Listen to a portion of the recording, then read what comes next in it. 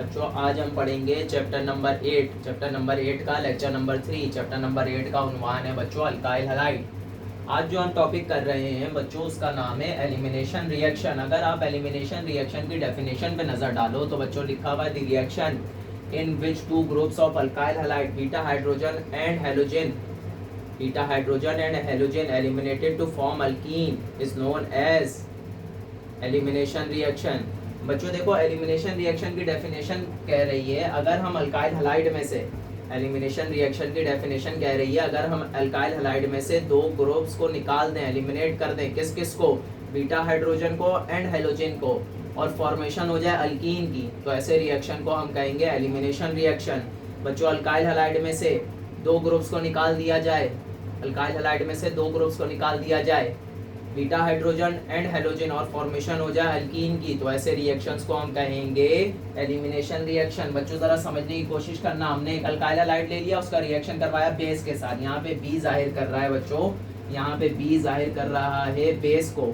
हमने बेस के साथ रिएक्शन करवाया अल्काइल हैलाइड का, तो क्या होता है हम जब बेस के साथ अल्काइल हैलाइड का रिएक्शन करवाते हैं तो फॉर्मेशन हो जाता है, ये है अल्कीन की फॉर्मेशन होती है। और ये बी एच बच्चों यहाँ जाहिर कर रहा है, ये बी एच बच्चों यहाँ जाहिर कर रहा है वाटर को, यानी कि H2O को। बी जाहिर कर रहा है OH को और H प्रोटॉन को, यानी कि दोनों मिलकर वाटर की फॉर्मेशन होगी, और X जाहिर कर रहा है हैलाइड आयन को। तो बच्चों अगर एक रिएक्शन देखा जाए तो हमने बेस की सूरत पे KOH ले लिया और KOH का रिएक्शन करवा रहे हैं हम अल्काइल हैलाइड के साथ। KOH का रिएक्शन करवा रहे हैं हम अल्काइल हैलाइड के साथ। होता क्या है इस रिएक्शन में बच्चों, दो चीजें तो बच्चों एलिमिनेट होनी है, डेफिनेशन के मुताबिक दो चीजें तो एलिमिनेट होनी है, दो चीजों को तो निकलना है, एक बीटा हाइड्रोजन और हैलोजन। तो सबसे पहले ये समझ लेते हैं कि बीटा हाइड्रोजन किसे बोलते हैं बच्चों जिस कार्बन से हैलोजन एटम अटैच होता है, बच्चों जिस कार्बन से हैलोजन एटम अटैच होता है वो बन जाता है अल्फा कार्बन। तो आज इस कार्बन से हैलोजन एटम अटैच है तो ये बन गया अल्फा कार्बन। अल्फा कार्बन से बच्चों जो कार्बन अटैच होता है, अल्फा कार्बन से बच्चों जो कार्बन अटैच होता है वो बन जाता है बीटा हाइड्रोजन। अल्फा कार्बन से जो कार्बन अटैच होता है वो बन जाता है बीटा हाइड्रोजन और बीटा कार्बन। और बीटा कार्बन से बच्चों जितने भी हाइड्रोजन अटैच होते हैं वो बन जाते हैं बीटा हाइड्रोजन। ये बन गया बीटा कार्बन। बीटा कार्बन से ये वाला हाइड्रोजन भी अटैच है, ये भी अटैच है और ये भी अटैच है, ये तीनों क्या बन गए, beta hydrogen, beta hydrogen, beta hydrogen. तो बच्चों होता क्या है, बेस का OH नेगेटिव, OH पे कौन सा चार्ज होता है, नेगेटिव, और ये बन जाता है पॉजिटिव बच्चों। तो ये OH क्या करता है, बीटा हाइड्रोजन को एब्स्ट्रैक्ट कर लेता है, बीटा हाइड्रोजन को निकाल लेता है, बीटा हाइड्रोजन को निकाल लेता है। कोई से भी निकाल लो, आप इस वाले को निकाल लो, हमने इस वाले को निकाला।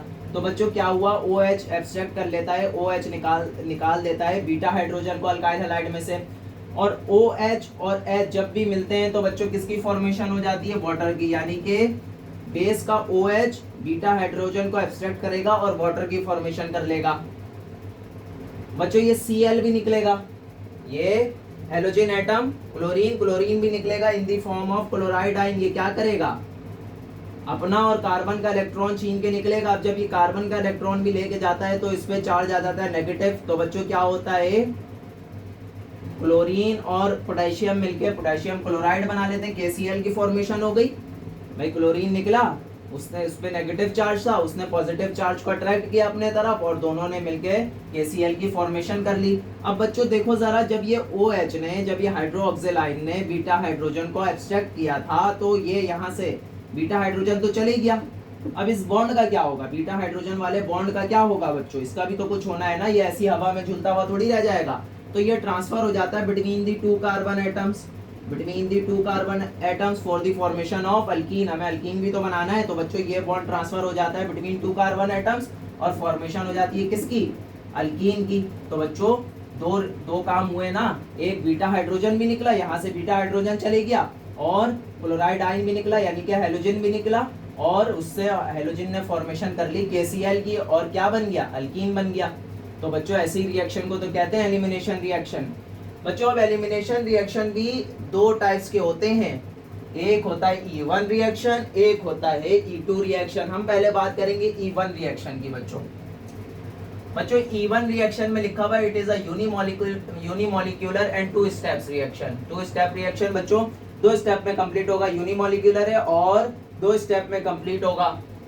Tertiary alkyl halide with beta hydrogen available. बच्चों इसके लिए जो शर्त है E1 रिएक्शन को करने के लिए जो शर्त है वो आपके पास टर्शरी अल्काइल हैलाइड होना चाहिए बच्चों, और बीटा हाइड्रोजन अवेलेबल होना चाहिए।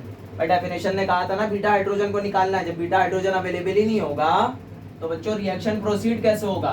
तो टर्शरी अल्काइल हैलाइड E1 के लिए टर्शरी अल्काइल हैलाइड होना चाहिए और बीटा हाइड्रोजन भी अवेलेबल होना चाहिए। मैकेनिज्म देख लेते हैं बच्चों, क्योंकि E1 है तो दो स्टेप में होगा, स्टेप 1 और स्टेप 2। बच्चों स्टेप 1 को हमने नाम दिया हुआ है फॉर्मेशन ऑफ कार्बोनियमाइन। पहले स्टेप में हम फॉर्मेशन करवाएंगे कार्बोनियमाइन की। अब कार्बोनियमाइन कैसे फॉर्म होगा बच्चों, ये क्या है, हैलोजन है ज्यादा इलेक्ट्रोनेगेटिव है कार्बन से, तो वो कार्बन का इलेक्ट्रॉन भी लेके निकल लेगा, और कार्बन से इलेक्ट्रॉन चले गया तो कार्बन पे पॉजिटिव चार्ज आ गया। जब कार्बन पे पॉजिटिव चार्ज आ गया तो वो बन गया कार्बोनियमाइन या कार्बोकैटाइन। तो बच्चों कार्बोनियमाइन की फॉर्मेशन इस तरीके से होती है कि कार्बन से हैलोजन उसका इलेक्ट्रॉन छीन के निकल लेता है और उसमें चार्ज आता है पॉजिटिव, तो ये फॉर्मेशन हो गई कार्बोनियमाइन की। स्टेप 2 देख ले बच्चों, स्टेप 2 में लिखा हुआ है रिमूवल ऑफ बीटा हाइड्रोजन, यानी कि स्टेप 2 में क्या होगा, रिमूव होगा, हमको निकालना होगा, एलिमिनेट करना होगा, किसको, बीटा हाइड्रोजन को। तो बच्चों बीटा हाइड्रोजन कौन सा बन गया, देखो जरा, इससे हैलोजन अटैच था तो ये बन गया अल्फा, अल्फा से जो है बच्चों जो कार्बन अटैच है वो बन जाएगा बीटा, और बीटा से जो हाइड्रोजन अटैच है वो बन जाएगा बीटा हाइड्रोजन। तो ये बन गया बीटा हाइड्रोजन, ये भी बीटा हाइड्रोजन है, ये भी बीटा हाइड्रोजन है। आज इस वाले बीटा हाइड्रोजन से काम करते हैं। तो क्या होता है बच्चों, ये अल्कोहल, अल्कोहल से आया हुआ हाइड्रोक्सिल आयन ये क्या करता है, हाइड्रोजन को एक्सेप्ट कर लेता है, हाइड्रोजन को निकाल लेता है। हाइड्रोजन और हाइड्रोक्सिल आयन मिलके, हाइड्रोजन और OH, H और OH मिलके बच्चों फॉर्मेशन कर ली उसने, किसकी, वाटर की। अब बच्चों वही काम हुआ, जब यहाँ से हाइड्रोजन चले गया बच्चों, हाइड्रोजन हाइड्रोक्सिल आयन के साथ चले गया तो इस बॉन्ड का भी कुछ होना था, तो ये बॉन्ड ट्रांसफर हो जाता है बिटवीन 2 कार्बन एटम्स और फॉर्मेशन हो जाती है किसकी बच्चों, अल्कीन की।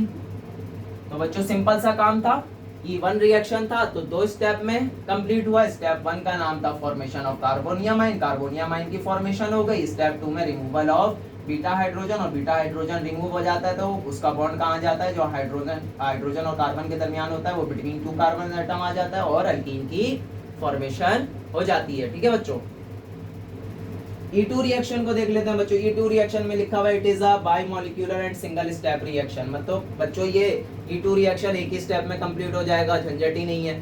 एक ट्रांजिशन स्टेट बनेगी, एक इंटरमीडिएट जरूर बनता है, लेकिन एक ही स्टेप में E2 रिएक्शन बच्चों कंप्लीट हो जाता है। E2 रिएक्शन के लिए जो शर्त है वो प्राइमरी अल्काइल हैलाइड हो, यानी कि 1 डिग्री अल्काइल हैलाइड, और बीटा हाइड्रोजन इसमें भी अवेलेबल होना चाहिए बच्चों। ठीक है, अब समझने की कोशिश कीजिएगा बच्चों, ये हमने ले लिया एक primary alkyl halide, 1 degree alkyl halide है। तो क्या होता है कि बेस से आया हुआ हाइड्रोक्सिल अटैक करता है इस कार्बन पे, इस हाइड्रोजन पे, ये बीटा हाइड्रोजन है, बीटा हाइड्रोजन को एब्स्ट्रैक्ट करना होता है तो बीटा हाइड्रोजन को एब्स्ट्रैक्ट करता है और ये बॉन्ड ट्रांसफर हो जाता है कहाँ, बिटवीन 2 कार्बन एटम्स, और हैलोजन लेकर निकलता है कार्बन से उसका इलेक्ट्रॉन। लेकिन बच्चों बीच में हमें एक ट्रांजिशन स्टेट दिखानी होती है, ये हमारी बन जाएगी ट्रांजिशन या फिर इंटरमीडिएट, ट्रांजिशन या फिर इंटरमीडिएट स्टेट बन जाएगी। बच्चों क्या होता है, जब OH अटैक करता है तो हम दिखाते हैं कि भाई OH अटैक कर रहा है हाइड्रोजन पे, और हाइड्रोजन और कार्बन का बॉन्ड ब्रेक हो रहा है और फॉर्मेशन हो रही है double bond between 2 carbon atoms, और क्लोरीन को हमें एक ही वक्त में निकलता हुआ दिखाना भी पड़ता है। तो बच्चों क्या हुआ, ये क्लोरीन निकल गया, ये OH और H वाटर की फॉर्मेशन कर ली इन दोनों ने मिलके। बच्चों इन दोनों ने मिलके वाटर की फॉर्मेशन कर ली।